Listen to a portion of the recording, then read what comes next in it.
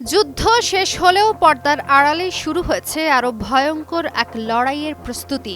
Israel যদি আবার আগ্রাসন চালায় তাহলে এবার আঘাত হবে তার হৃৎপিণ্ডে।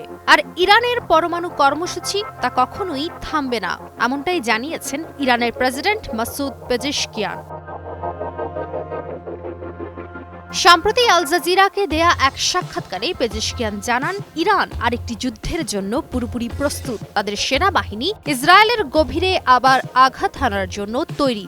১২ দিনের রক্তাক্ত যুদ্ধ শেষে ২৪ জুন যে যুদ্ধবিরতি কার্যকর হয় তা নিয়ে বিন্দুমাত্র আশাবাদী নন পেজেশকিয়ান। তিনি জানান, তারা এই যুদ্ধবিরতিতে ভরসা করছে না, কারণ ইসরায়েল ইরানের ক্ষতি করেছে, ইরানও তাদের গভীরে আঘাত করেছে। যদিও ইসরায়েল তাদের ক্ষতির কথা লুকিয়ে রাখছে। এটা শুধু সামরিক লড়াই নয়, ছিল নেতৃত্ব ধ্বংসের অপচেষ্টাও। পেজেশকিয়ান জানান, ইসরায়েল ইরানের পরমাণু বিজ্ঞানী শীর্ষ সামরিক নেতাদের হত্যা করে নেতৃত্বে ফাটল ধরাতে চেয়েছিল, কিন্তু তারা ব্যর্থ হয়েছে।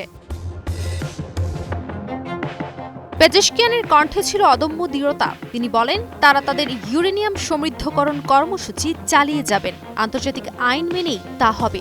এদিকে ট্রাম্পের বক্তব্য ছিল, ইরান যেন পরমাণু অস্ত্র না বানায়। কিন্তু পেজেশকিয়ানের উত্তর স্পষ্ট, আর তা হলো ইরান নিজেও পরমাণু অস্ত্রের বিরোধী। এটি তাদের রাজনৈতিক, ধর্মীয় ও কৌশলগত অবস্থান। তবে তাদের ক্ষমতা শুধু স্থাপনাগুলোতে নয়, তাদের বিজ্ঞানীদের মস্তিষ্কেই তা লুকানো আছে। তিনি বলেন, কূটনীতি ইরানের পছন্দ, তবে তা হবে পারস্পরিক সম্মানের ভিত্তিতে। ইরান চুক্তির পথে যেতে চায়, কিন্তু কোনো হুমকি কিংবা চাপে নয়।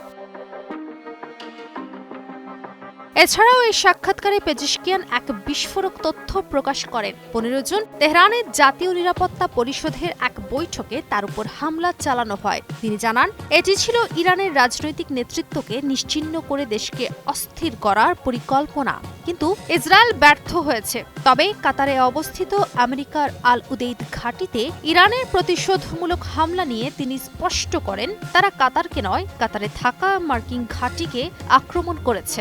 এছাড়াও তিনি জানান, তিনি সেদিনই কাতারের আমিরকে ফোনে বুঝিয়ে বলেছেন, তাদের কাতারের প্রতি কোনো শত্রুতা নেই।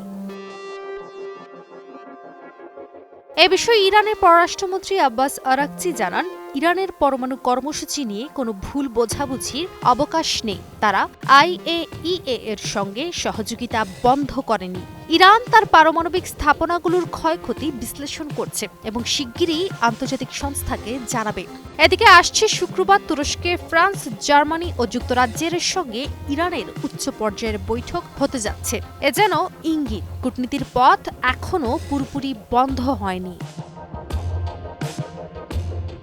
মোনালিসা হেভি ফ্লো 15 পিস প্যাকেটের সাথে 8 পিসের একটি প্যাকেট একদম ফ্রি। এই মুহূর্তে মধ্যপ্রাচ্যের বাতাসে শুধু ইতিহাস নয়, ভবিষ্যতের যুদ্ধের গন্ধ ছড়িয়ে পড়ছে। আর তাতে ইরান যেন আর পেছন ফিরে তাকাতে রাজি নয়। পেজেশকিয়ানের এই বার্তা শুধু ইসরায়েল নয়, ওয়াশিংটন ও ইউরোপের দিকেও। আর তা হলো, ইরান আর চুপ থাকবে না। কাজী অহনা, নিউজ 24।